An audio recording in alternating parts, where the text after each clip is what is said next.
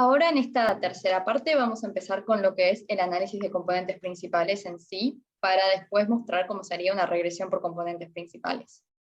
Para empezar vamos a dividir al set de datos que tenemos en un set de entrenamiento y uno de testeo o validación, para después poder ver qué tan buenas fueron nuestras predicciones con cada uno de los métodos. Para esto vamos a seleccionar el 75% de los datos y los vamos a usar para entrenar nuestros modelos.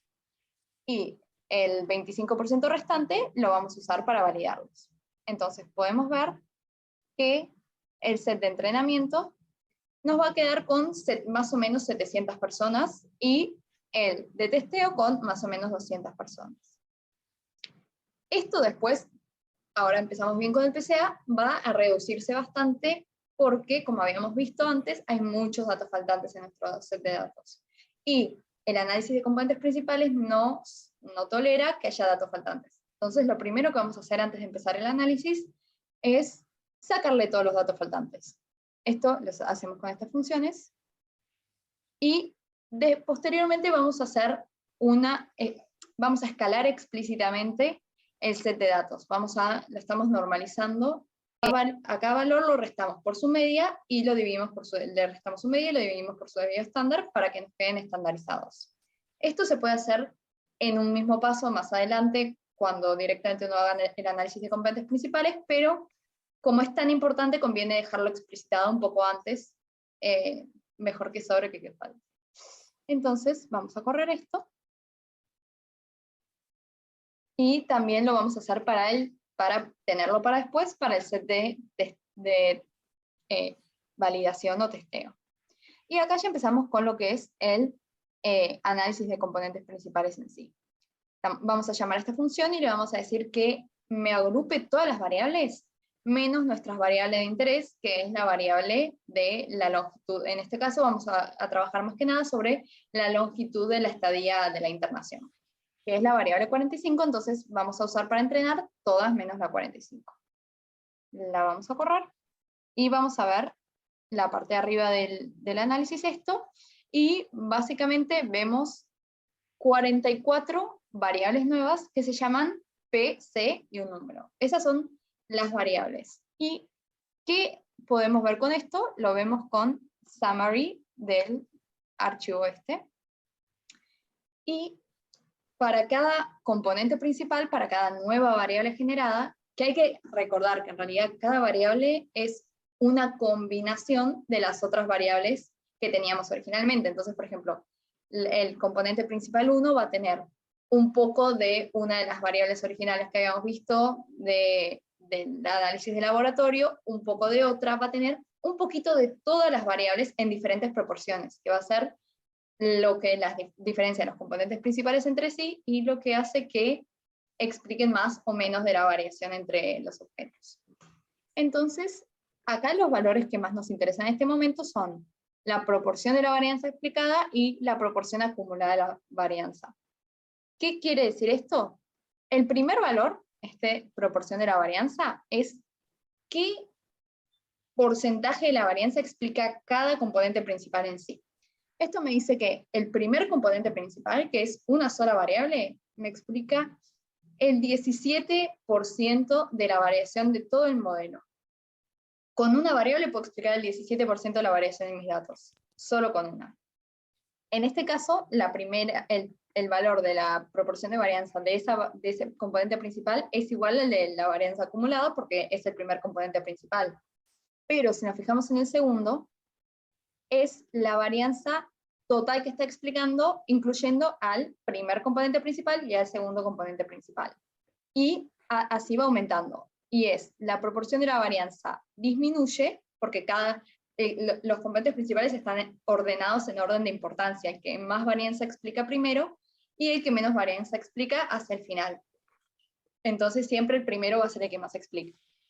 Este va disminuyendo, mientras que la proporción acumulada va aumentando. Y eventualmente la proporción acumulada siempre llega al 100%, porque con todas las variables se explica toda la variación en el problema. Pero lo que es clave encontrar en el análisis de componentes principales es con cuántos componentes principales vale la pena quedarse. Hay que encontrar como un buen nivel entre lo que explica y el número de variables, porque claro, si uno dice, querría que explique el 100% de la variabilidad entre mis datos, me debería quedar con las 44 variables, pero lo que queremos hacer es una reducción de dimensionalidad. Entonces habría que encontrar el balance entre estos dos problemas. Y para eso se suelen usar estos gráficos que se llaman scriptplots, que muestran acá la varianza y acá el número de componentes principales. Y lo que se suele buscar es que haya como un quiebre claro. Acá vemos que ya entre el primero y el segundo hay un quiebre, pero no vamos a usar solo dos componentes principales. Entonces buscamos un poco más y sospechamos que, por ejemplo, 6 podría ser un buen punto de corte para conservar 6 componentes principales, que si subimos un poquito más, podemos ver que explican 6 componentes principales explican el 60% de la variación de el set de datos de entrenamiento con solo 6 variables. También se puede graficar así, como varianza explicada versus número de componentes principales. Y habiendo mencionado el 6, que explicaba más o menos el 60%, podemos decir que está por acá, más o menos.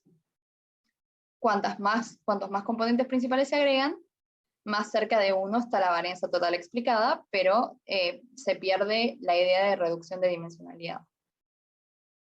Después, una vez que más o menos decimos esto, pensemos en, bueno, ¿qué representa el componente principal, cada componente principal, y cómo se relaciona esto con nuestros objetos? Y para ver esto, se puede hacer lo que se llama un biplot. Lo vamos a correr. Y en este caso, podemos ver que graficamos el primer componente principal, que habíamos dicho que explicaba más o menos el 17% de la variabilidad, y el componente principal 2, que explicaba el 10%. Esto quiere decir que en este gráfico, que en realidad lo único que hizo fue tomar nuestros objetos y ver cómo los podía mover el ángulo desde el que lo estábamos mirando, para explicar la mayor cantidad de variación posible. Porque en realidad eso es lo que hacen los componentes principales. Por eso nos permiten reducir dimensionalidad y no existe, por más que tenemos muchas variables, no existe el problema de la colinealidad, porque son lo que se dicen ortogonales. Lo que explica uno no lo explica el otro. Son como opuestos y complementarios. Entonces, con esto nos evitamos todo el problema de la colinealidad, que es por el motivo para que se usa para una regresión por componentes principales. En este caso también, para ver cómo funcionaba, lo coloreamos por si había fallecido, que es el 1, o si no había fallecido durante la internación, que es el 0. Y podemos ver que discrimina bastante bien el gráfico del biplot, que lo que nos permite ver es, las flechas estas son todas las variables originales que teníamos, las 45 variables, las 44 variables, con la dirección que le aportan a cada uno de los componentes principales. Entonces vemos, por ejemplo, que estas personas tienen, por ejemplo, la urea mínima, por decir uno que se note fácil, más alta que estos que están del otro lado, por así decirlo. Esa sería la interpretación básica de un biplot, y con estos componentes principales que generamos, es que más adelante vamos a hacer la regresión por componentes principales.